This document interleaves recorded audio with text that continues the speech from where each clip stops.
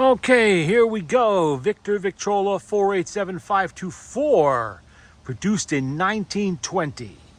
This is the same machine from the last video on the 4 I did a week or so ago, I guess it was. Or was it that long? I think about that long. Anyway, it's done now. And what's been done to it? Well, a lot, obviously. We have a new felt. We have an upgrade to the Victrola #2 reproducer on there from the exhibition. We have a replacement tone arm I had to source from my parts supply because the last one was on there was badly smashed. There's really nothing I could do with that. So it would have worked just fine. It would have looked like total crap. So we got rid of it. Obviously they're oak. All of the 4s are oak. This one is oak too. And we had to glue loose joins. We had to fix loose veneer. This particular one, this is the improved model made after mid-1917. And what they did with these is they changed the top board. I think I explained it in the last video, how they went from just 3 or 4 board sections there glued together to adding a veneer on top and the bottom to kind of sandwich it together and keep it from warping and cracking. And it worked very well. This machine obviously had been exposed to damp at some point and enough to start the veneer lifting, but it did not warp that mortarboard, and the pieces of board that make up the mortarboard did not separate. So it worked. The improvement worked. And that was really it on that. There was no major damage to the wood other than age. It took a tremendous amount of cotton cleanser to lift the filth off of this wood. I mean, it was pretty bad. It had been in an attic somewhere, probably for a century. I mean, it was really, really rough. And it took a tremendous amount of wood feeder to to get the wood to pop again, the grain to pop again, and the finish to really look good. Somebody asked me in one of the questions what wood feeder is. Basically, there it is. It's a cotton cleanser product, although it's made by many other companies too. It is simply a combination of fine oils and conditioners for dried, damaged wood surfaces. It just puts the essential oils back into the wood that have dried out of it or have been pulled out of it by cotton cleanser during the cleaning process. This thing, if you recall the last video, this thing looked like old barn wood. Literally, it did. It's hard to determine if there's any color left except black, because it was that dirty. And it was a real mess. But the cotton cleanser and the wood feeder and the polish really did bring it back. The finish has darkened with age. Impossible to avoid when this has been exposed to who knows how many decades upon decades of heat and cold cycles. It's not alligator, much to my surprise. Excuse me, but it is darkened. You can see, it was lighter at one time. It was more of a golden oak tone, which most of these were. But now it's going to be dark. There's nothing you can do short of a full refinish. And I would never do that just to bring back some color. And a finish is only original once. And this is an original finish. It's never been messed with. All I did was clean it and just put a little vitality back in it again with the wood feeder and the polish. That's it. The motor was in very good shape. I put a brand new mainspring in there. Everything's clean, lubricated properly, adjusted. Speed is set. The gears were in excellent condition. Governor, excellent. No problems there. If you recall, with the last 4 I did, I had to replace the spring drum with the gear on it because the gear's teeth were badly worn, a result of a lack of lubrication. These are mechanical devices and they need to be lubricated from time to time. And the more you use them, the more often you need to maintain them. And if you take the motorboard off any Victrola, either you lift it, on some machines, or you take the screws out and pull it off upside down like on this one, you will find a oil and grease diagram under there that shows you where to put grease and where to put oil. And it's not rocket science at all. It's easy to do.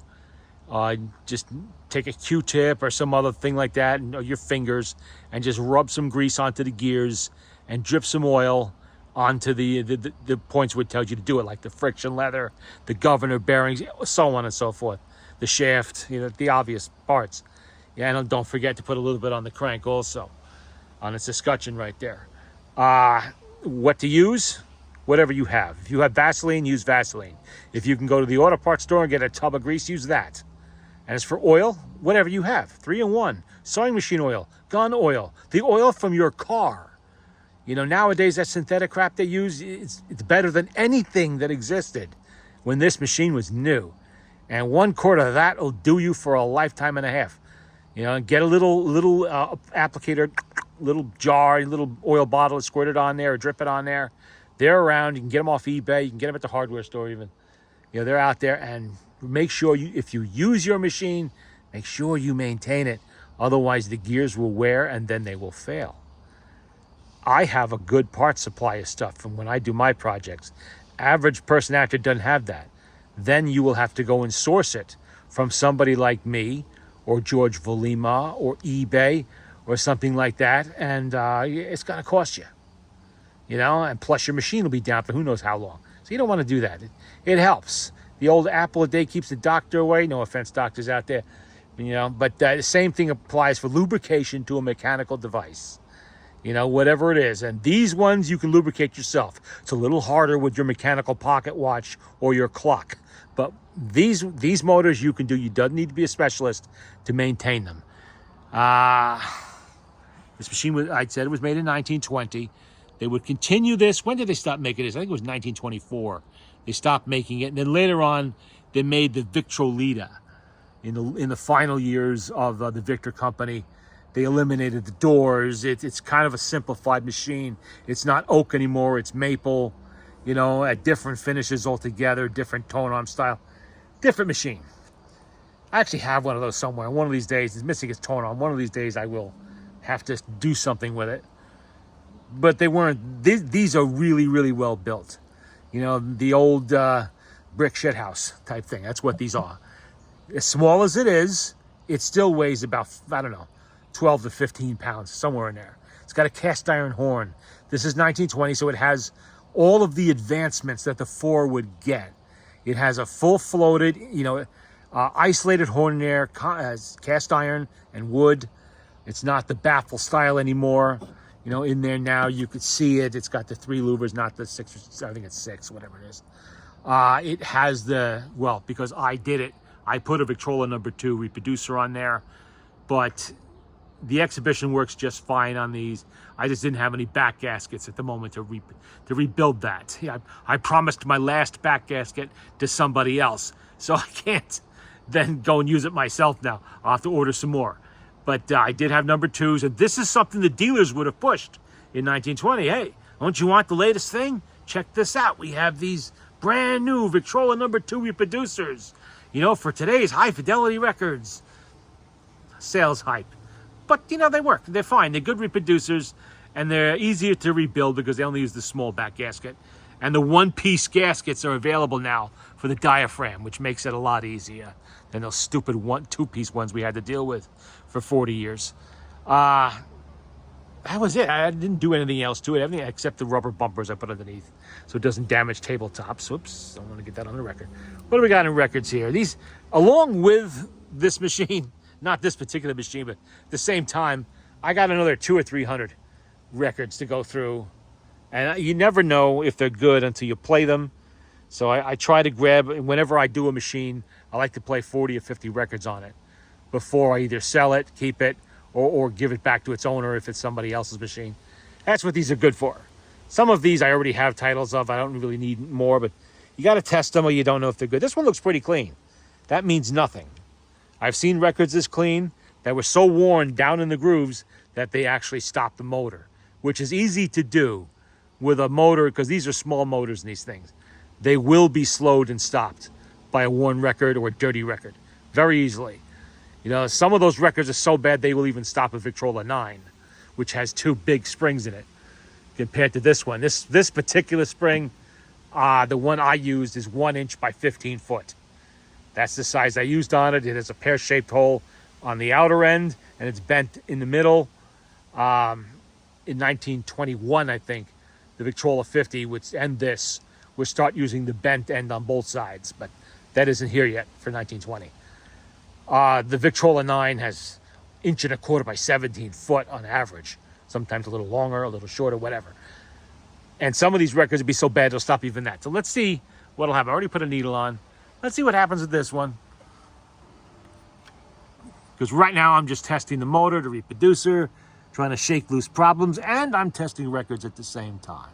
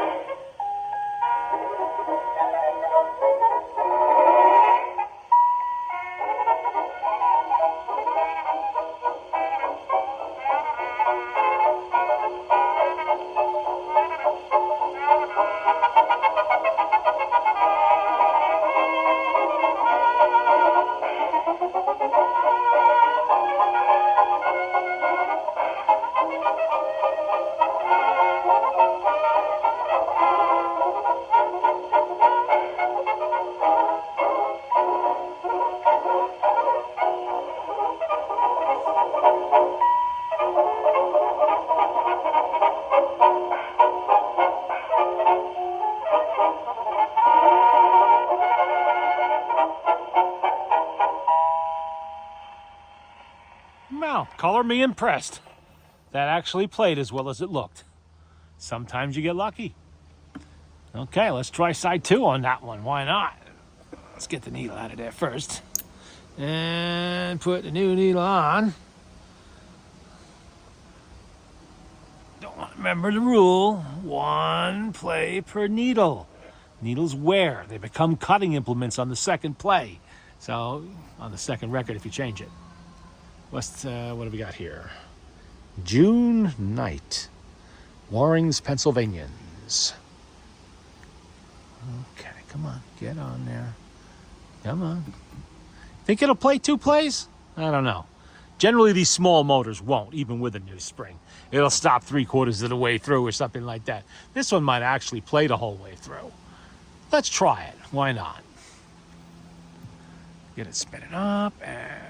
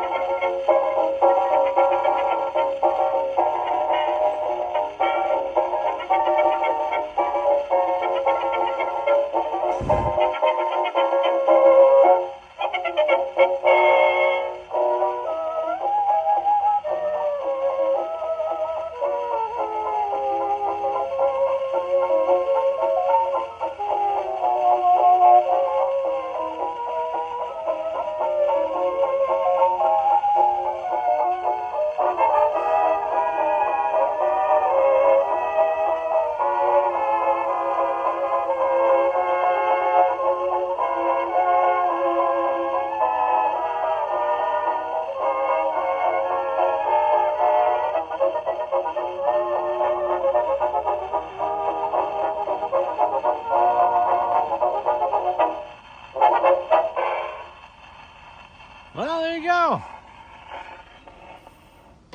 Play both sides. That'll happen with a clean record. A dirtier record, more worn one, yeah, you'll probably just play the one side and it'll kind of lose steam on the second, the second side of the record. So it's always a good idea with these smaller ones to always crank it up between plays. The bigger machines, you can get away without doing that for 2, 3, 4, whatever, however many plays. But you want to, let's see, you want to make sure that you do have enough power in the spring to play the record. It's always annoying when you run out of juice halfway through or something. Oh, the Chic. I'm familiar with this one. Club Royal Orchestra. This one looks a little bit on the dirty side, maybe. Definitely some wear down there in the grooves. You can see it. You can see it. Doesn't have that nice sleek look this one has. You can definitely tell there's wear. So yeah, we'll try it. It may stop the machine. It may not.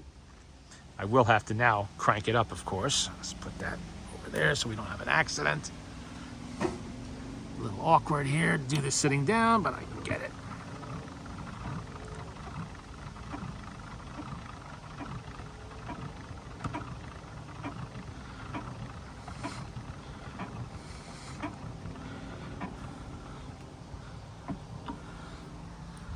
Okay. If you were counting, that was about 16 turns, I think.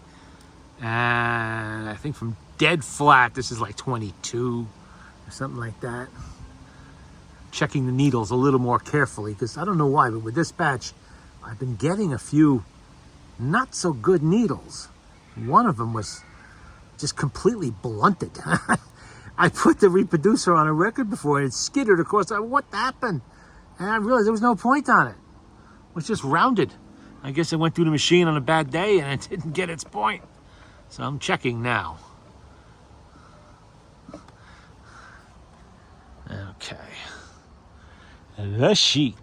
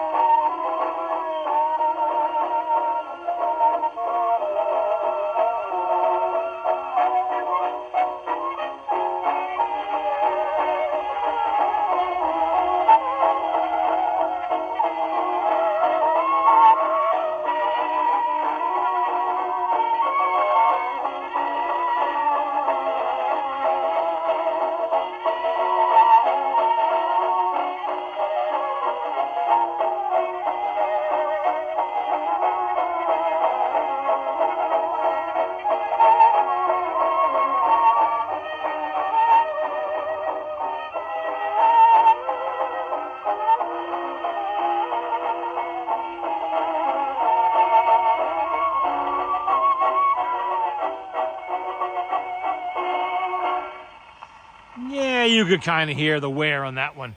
But it didn't stop the machine or even slow it down. But you could hear it's a little worn. But not too surprising, because the Chic was a very popular tune back in its day. And popular tunes tended to get played a lot. Which results in wear. Didn't kick up too much dust. And we got Dapper Dan on the other side. I must have 3 or 4 copies of this record easily. I know I've played these before. Let's examine our needle and make sure we're good. Yeah, it looks it. Now I wonder if it'll play through this one, because that put more stress on the spring. We'll see. Kind of curious if it will. 'Cause usually, like I said, with the worn records, you'd be lucky if it plays one side. Spin her up.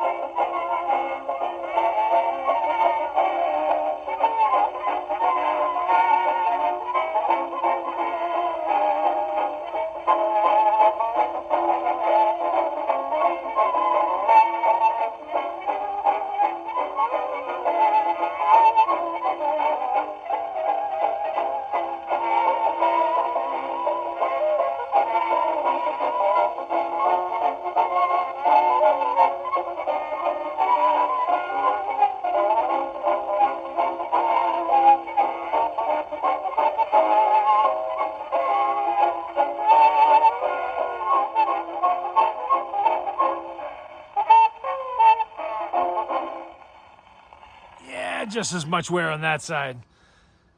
But it didn't stop the machine. It didn't stop the motor. So that is what I'm looking for. It's why I like to play worn records whenever I can. They stress the motor a little more, make it work for it. And if there's any problems, they're going to rear their head right then and there. Let's see, we already played this one. What else we got? There was a Billy Murray record in here. Oh, here we go. This one looks very worn. That one will stop the motor, I bet. On the party line. Yeah, you can see it. You can see it. It's not the scratches. I'm talking about the actual wear right down there in the grooves. But it could surprise me. We'll find out. Obviously, we're going to have to crank that up before I do that. So let's take care of that first. All right. Well, first let's put a needle on there so I don't forget. Oh, we got a pet caterpillar over there. Look at that. There we go. Wants to check out the Victrola. Okay, we have an audience. There we go. Okay.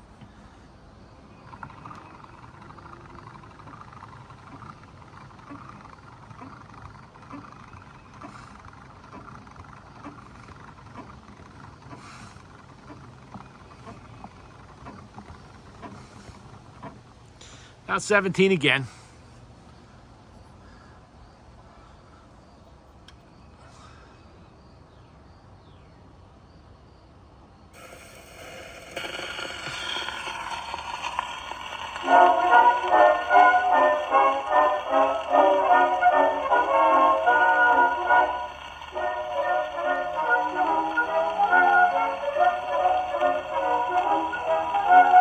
Hello, Central. Give me Party J19. Listen to the gossip on the party line. Everybody listens on the telephone. They just can't leave you alone. They know all your secrets and the latest news. They know if your mother wears your father's shoes, your pedigree and history, and they know if you pay your dues. On the party line, everything is cheerful on the party line. You can get an earful, you can hear all the scandal that's going round the town. And when the girlie calls you up, the neighbors call you down if you're newlywed. Everybody listens as an indoor sport, it's fine. When a girl says, Phil, I love you so, and your wife's voice says, oh, is that you, Joe? Then it's 50-50, boy, you know, when you're talking on the party line.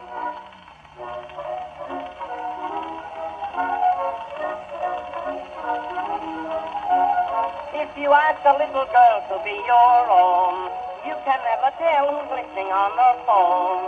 For you may be telling that old story or to some girl you told before. Don't ask her to marry on the party line. In a breach of promise case and you look fine, the evidence would be immense. That is where all the neighbors shine. On the party line, they don't read the papers on the party line. They know all your capers when they hold that receiver. A lot of things they hear. That's the only instrument the neighbors play by ear. You don't have to go to a fortune teller, get your news where I get mine. When the girl you love is not about, someone else will call her up, no doubt. If he finds her in, you'll find her out if you listen on the party line.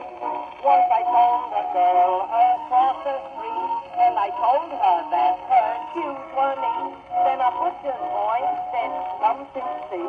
He was talking on the party line.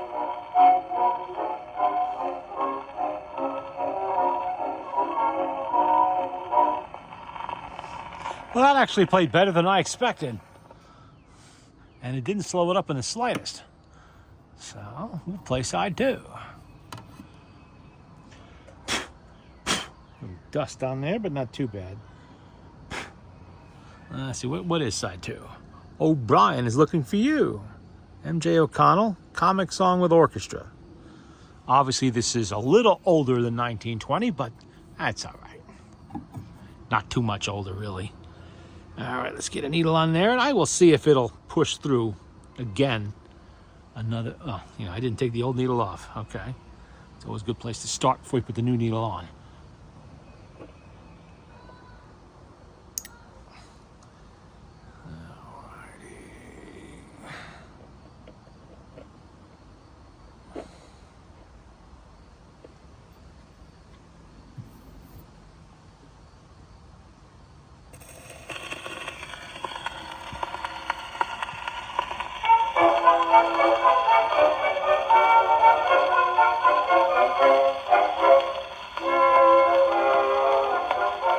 O'Brien and Casey were friends many years, but something went wrong from the way it appeared.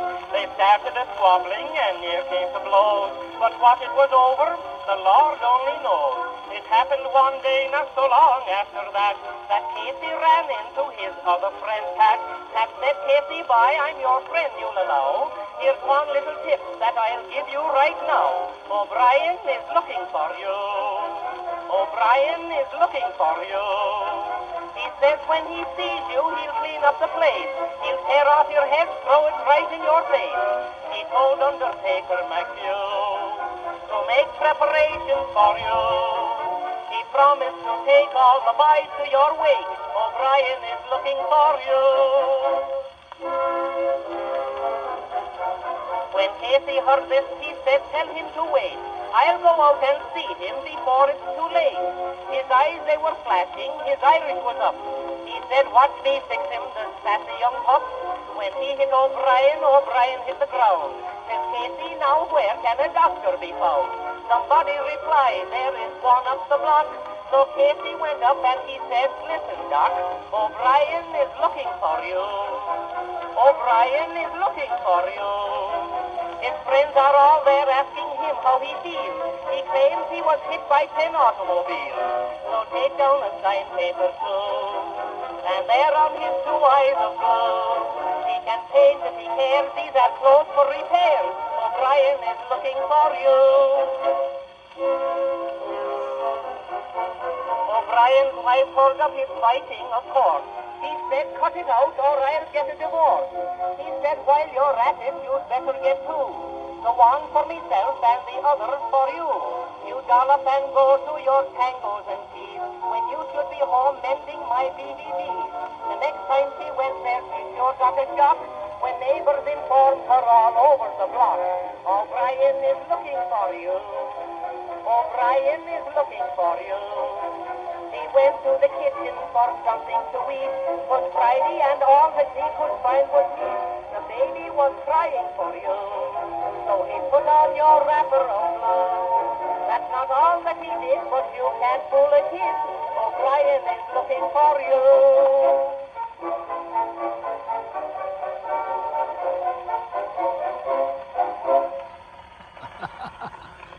O'Brien is looking for you. Yep, okay. That actually played pretty good too.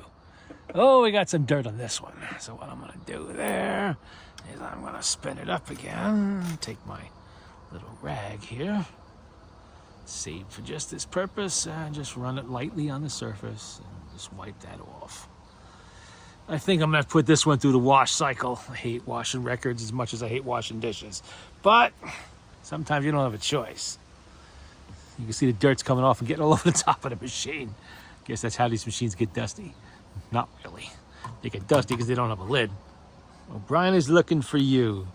That played pretty well. So far we haven't had a single one of these records stop the machine, which is kind of surprising. Usually when I pull a stack out, there's always at least one.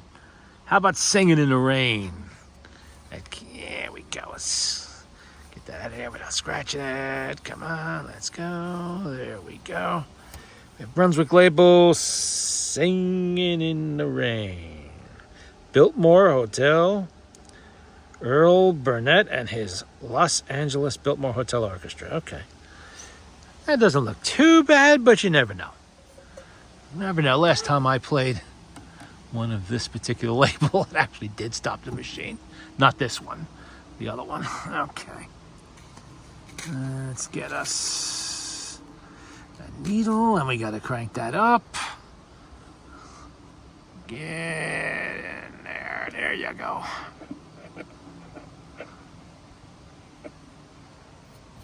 Dust. Okay.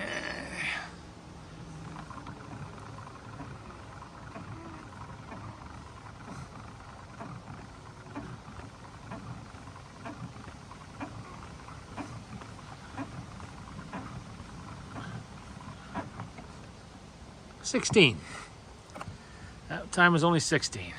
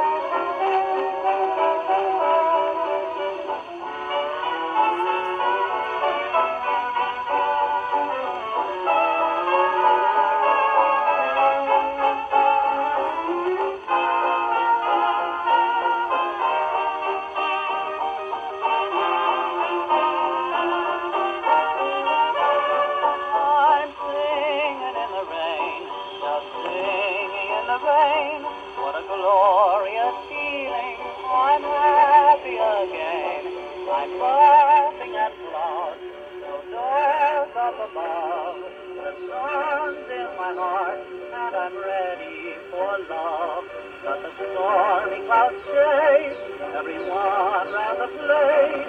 Someone with a grain or the smile on my face.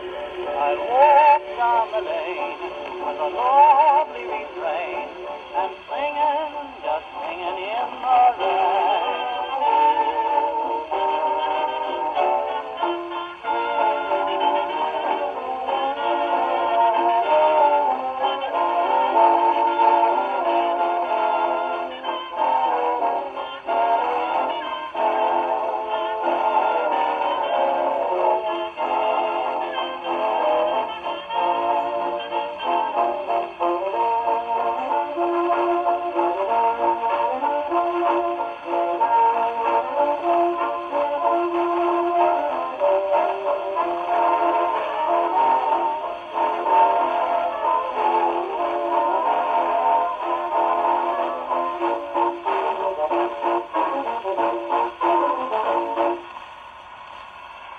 Little wear on that record, but it didn't stop or slow down, so. Okay, let's play one more. Play side B and or whatever other side it is there. See what we can find here. Maybe it'll just play through again. Let's get a needle though without stabbing myself. I find it awkward grabbing these one-handed. Okay.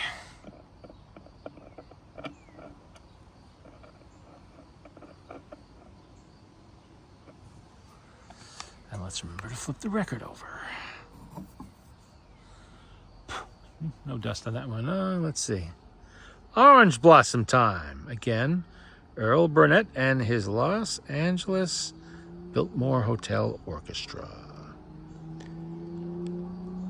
Motion picture comedy from Hollywood Review of 1929. So, guess that kind of dates the record a bit, don't it? A little newer than the machine, but that's okay. This probably would have been better to play on the 102, but that's all right. I don't care. Ah, buddy.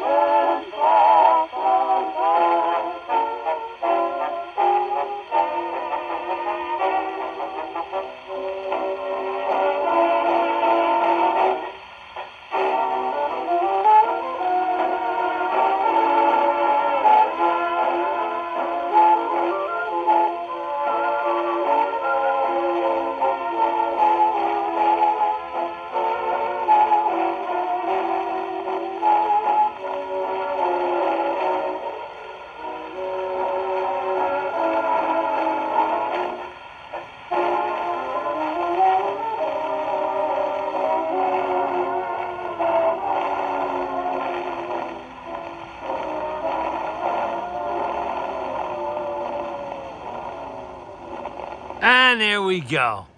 Now that probably would have played through if I had wound it up. But this record was kind of worn. You could hear it slowing up a little bit in spots early on. Alrighty, well, that'll be it. I had to find at least one record that was worn in this pile. That's kind of this one. Dapper Dan played okay. Orange Blossom Time, not so much. And that'll be it for tonight. I just wanted to make sure everything was working well and nothing was shaking loose. Nothing is. I've probably played, it has to be close to 30 records already on this, because I was playing it last night a little bit and tonight. And now I just filmed the 4 that I just did now, right off the top of the stack. And I'll continue using this to test records in the coming weeks since it's out. Ant crawling over there.